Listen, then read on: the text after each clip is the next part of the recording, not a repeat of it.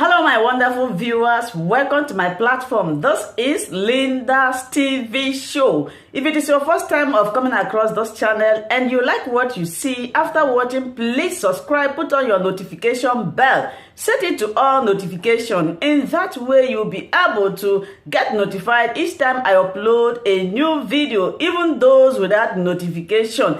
Here we react to all forms of videos, international and local. Every Saturday by 2 p.m. we have our interaction section. You are free to call in to air your opinion about the happenings in our society. Invite your friends, share my videos with your families and colleagues. Do not keep this information to yourself. Myself, I will be sitting down here to watch this video together with you from the beginning to the end. Then we'll go to the comment section and leave our comment, our opinion about the video we watch constructively as we watch this video, my people.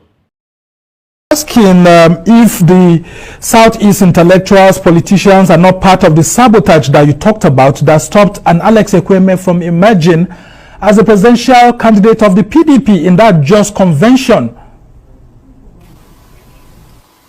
Who are you referring to from the Southeast who have done that in just? Well, there were so many of you talk about intellectuals. Most prominent people, including Chief Emmanuel Wanyanwu and all of that, who had the means to actually support an Alex Ekwueme, but because they had a certain tendency to support a general who was Olusegun Obasanjo then, they ditched Ekwueme and supported him, and that was to your own disadvantage. So who do you blame? Because Ekwueme had all it takes to actually win that. Member. Go ahead. I'm coming. I was a founding member of the PDP, and I can tell you pointedly that in Jos, the Southeast intellectuals and politicians put their weight behind Dr. Alex Ekwueme. Alex Ekwueme was stopped by the Nigerian conspiracy between some geopolitical zones that would not want an Igbo man to be president. It was not, Ekwueme's failure did not come from the Southeast. It was sabotaged by the people from the northern part of Nigeria, if you like, and the Southwest. And they have always collaborated in this power conspiracy against the Igbos. That should be thrown away, because we've passed that stage where we continue to use certain prejudices to decide our political actions. If you have somebody that is credible, that is in a position to serve the country and bring prosperity to the country, you have to support the person. When we started in PDP, we said that anybody who will be the president candidate of PDP must win his electoral ward, his local government, and possibly the state. In the local government election that was conducted on the 5th of December, 1998, when we went to that election, which was a condition given by the party, PDP won in the whole Southeast, everywhere. Alliance for Democracy won in the entire Southwest. By then, Obasanjo was in prison, and with a conspiracy that I'm pointing at, they went and brought out Obasanjo from the prison and put him into the election. He lost his electoral ward to Alliance for Democracy. He lost his local government. He lost his state. And they changed the criteria. That was how Ekwueme was stopped. It wasn't from the Southeast people. Yes, someone like Jim Nwobodo contested in that election, but Jim Nwobodo did not make any impact. It wasn't Jim Nwobodo that stopped the election. And there's been this discussion of lack of elite consensus when it comes to the Southeast. But as we try to round off this conversation now, why do you think smaller political parties stand a chance in the 2023 election? You were a foundation member of PDP, for example, like you have talked about.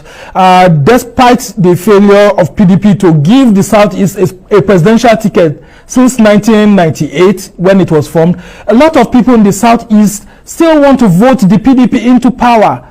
Do you think that ABGA can break this jinx? We will certainly do that. We are watching them. And I've told you exactly what transpired. I resigned from the PDP in 2001 because of what they did to elect Ekwueme in Jos. And since 2002 that we registered ABGA, I have remained a member of ABGA till date, 20 years. I've never moved from the party to any other party.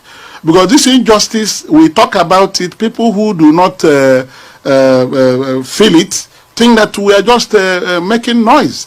No, we have to unite Nigeria. Everybody must be given equal opportunity. We must be equal citizens in this country. This is the sensitive thing that is holding Nigeria down. And if you continue to exclude people, then you won't make any progress. Let me ask you, among all the presidential aspirants that have started showing their faces or rearing their heads in this election that's coming in 2023, put them side by side with those who are saying they want to be president, whether from the north or from the southwest or even the south-south. How many of them can parade the type of education that aspirants from the southeast have? I've been reading the papers, I've been studying what is going on. Someone like Emeka Majoba is a lawyer, he's an APC. Ngige is a medical doctor, a former senator, a former governor, he is a minister now, and he's in APC. And they're looking for people who are qualified. Pius Anyim is in PDP, he's a lawyer. He was former Senate President. He was former Secretary to the Government of Federation of the Federal Republic of Nigeria. And people who have questionable certificates from other parts of Nigeria are saying that they are the ones that will govern Nigeria. What type of story is that?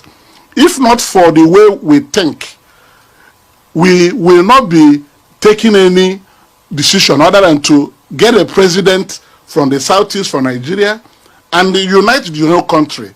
You talk about small... Isn't that because...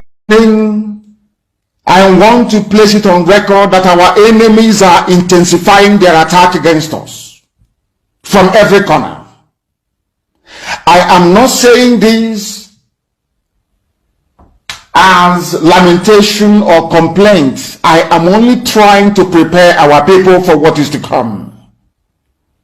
You are being prepared for what is to come.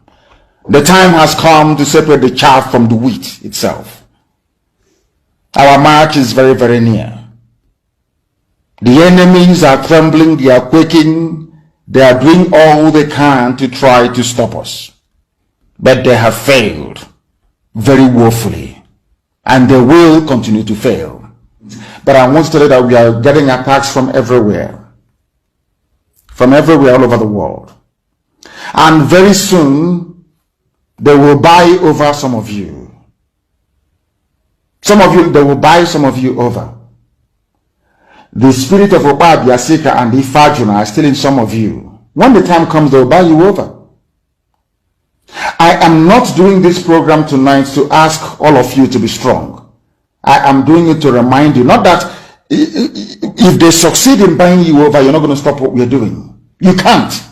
You cannot. Not in a trillion years. But I need you to appreciate one very simple fact.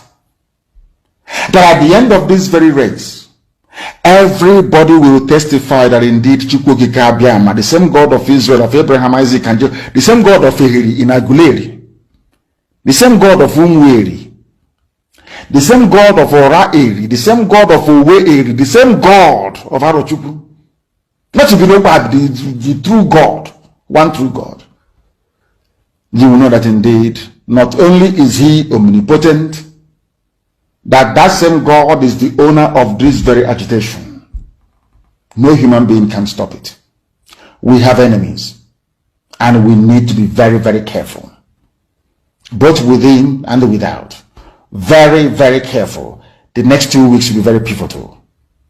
Next 2 weeks will be very, very important in the life, or should I say, in this very mission that we have embarked upon. The devil will do everything. And you are going to watch spectacularly how we are going to destroy and shame the enemy. That at the end, every glory and adoration will belong to God and not to man. Now let us go and tell you what is happening that some of you do not understand. I want those of you who are hardcore, those who were chosen before you were born. There were some people who were chosen before they were born to agitate for Biafra restoration. This is a message for you. Those who from their mother's womb they were born to do this very work. You must be very, very strong. Because Biafra will open the eyes of black people all over the world. Because Biafra will mean that blacks from America, blacks from the Caribbean, from Southern America, they will all flood into Africa. It will be like the time that Yeshua was born. Biafra is like a light, a beacon. They will follow it. They will say, let us go and see what is happening there. That is what these neo-colonialists do not want. They don't want Biafra to come. I am telling our people so they understand the mountains. I didn't say one mountain. The mountains in front of us that we need to overcome. And for us to overcome it, we need to be very strong mentally, mental strength. Just like when you're doing anything in life and it appears as if you are being buffeted from everywhere. That is the time that you no longer rely on willpower or your muscles. You go to your brain to endure and to persevere and to keep going until you overcome. That is the stage we are in right now. To make sure that our brain is in gear to confront everything the Janjaweed has to throw at us. We don't have money. Their budget is over $20 billion to fight us. They can bribe Facebook. They can buy them off. They can do anything they like. They can come to some of you and bribe you off. They can promise you what you've never had before. They can give you maybe a house in Dubai. They can promise you a vehicle. They can tell you, oh, we'll make you vice president. They can promise you anything to make sure that you're like them. But this very IPOB, this very hardcore is not going to move. And I will tell you why we can't move. Wonderful viewers for watching this video together with me from the beginning to the end. Like I said before, if you like what you see here, if you like what I do in this platform, as you have finished watching this video, please hit that red button that says subscribe and put on your notification bell to all notification. In that way, you'll be able to know when I upload a new video. Share my videos, leave your comments in the comment section constructively. Until I meet your way again in my next video, I still remain your Linda's TV show. Bye-bye.